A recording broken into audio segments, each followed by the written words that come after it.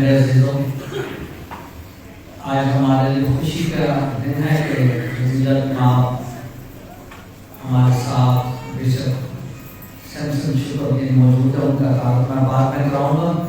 آج جو ہے وہ اس کے علاوہ ہم سسٹر میری جان کی گولڈن جوبلی بھی پیرش میں مناتے ہیں اور اس کے ساتھ ساتھ تلاوتوں کے بارے میں بھی خاص غور کرتے ہیں.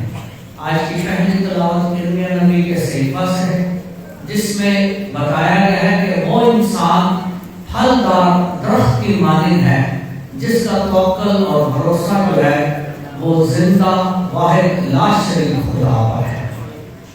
اور اس کے ساتھ ساتھ آج کی انجیل جلیل کا مطابق مقدس لوکا میں یسوع مسیح مبارکبادیاں دیتے ہیں اور خدا یسوع مسیح کی مبارکبادیاں متی کی انجیل اور لوکا کی انجیل دونوں میں موجود ہیں. اور یہی ان کی پوری تعلیمات کا لباب ہے، کرس ہے مبارکبادیاں، جس میں وہ بتاتے ہیں کہ مسیح کو کس طرح اس دنیا میں رہنا چاہیے تاکہ جب وہ یہ دنیا چھوڑے تو وہ خدا کی بادشاہت میں داخل ہونے کے قابل ہے. اور قادر مطلق خدا ہم پر رحم فرمائے، ہمارے گناہوں کو معاف کرے اور ہمیں ہمیشہ کی زندگی میں داخل کرے. آمین. اے خدا رحم کر، اے خدا رحم کر، اے مسیح رحم کر، اے مسیح رحم کر، اے خدا رحم کر، اے خدا رحم کر.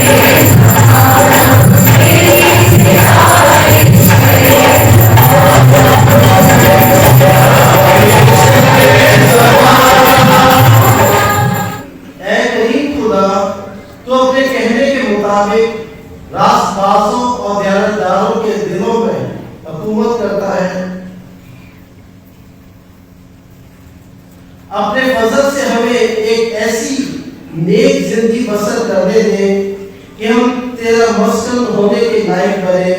مسیح ہمارے خداوند کے وسیلے سے جو تیرے ساتھ روح القدس کی بدہانیت میں خدا ہے اور ہمیشہ سے ہمیشہ تک زندہ رہتا اور سلطنت کرتا ہے. آمین.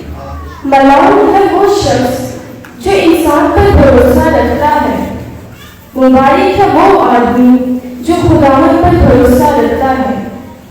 ہمارے لیے آج کی پہلی تلاوت ارمیا نبی کا صحیفہ، اس کا 17واں باب 5ویں آیت سے لے کر 8ویں آیت تک. خداوند یوں فرماتا ہے، ملعون ہے وہ آدمی جو انسان پر بھروسہ رکھتا ہے اور بشر کو اپنا بازو بناتا ہے، اور جس کا دل خداوند سے پھر جاتا ہے وہ بیابان کے رتما کی مالک ہوگا جو نیکی کی آمد محسوس نہیں کرتا بلکہ صحرا کی خشک جگہوں میں اور شوراسان اور غیر آباد زمین میں رہتا ہے. مبارک ہے وہ آدمی جو خداوند پر بھروسہ کرتا ہے اور خداوند جس کی جائے توکل ہے. وہ اس درخت کی مانند ہوگا جو پانی کے کنارے لگایا گیا ہو، جو اپنی جڑیں تری میں پھیلاتا ہے اور جب گرمی آئے تو محسوس نہیں کرتا بلکہ اس کے پتے سبز رہتے ہیں اور خشک سالی